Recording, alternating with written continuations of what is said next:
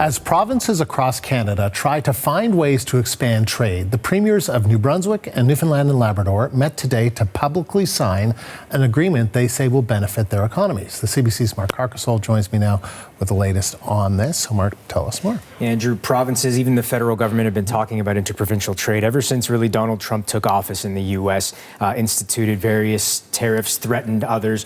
Now we're starting to see the wheels in motion of these teardowns of interprovincial trade barriers actually occurring. Today, it was a meeting between the provinces of, as Andrew mentioned, New Brunswick and Newfoundland and Labrador.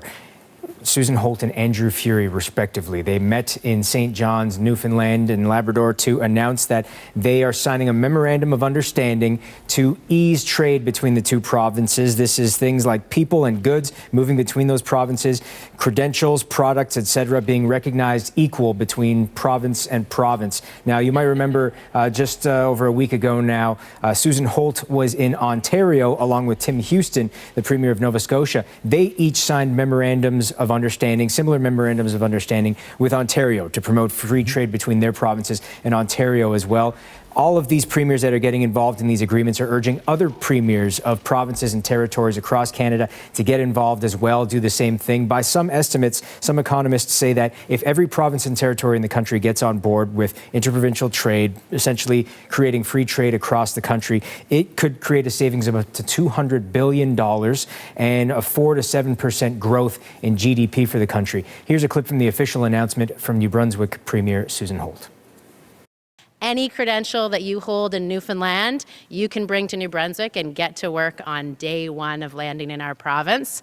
That's legislation that Premier Furey was the first to pass, and now we have it in our House going through so that the people who already do work between our two provinces now don't have to wait a week or 2 weeks or 10 weeks to get a registrar to recognize them.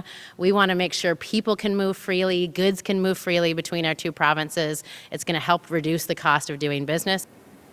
Premier Furey of Newfoundland and Labrador also talked about his conversations with the federal government to move coastal oil transport to be traded freely as well and to make that a little bit easier for it to be refined in New Brunswick. For instance, he said that the federal government, as it stands right now, and we have an election just a few days from now, but the current federal government is receptive to that idea. I'm sure there will be more action on that depending on how things go on Monday in the election. But trade is the chic thing right now across the country from province to province. Nova Scotia Premier Tim Houston passed legislation not long ago promoting free trade from his province. Again, Ontario Premier Doug Ford looking for the same thing in legislation tabled just last week.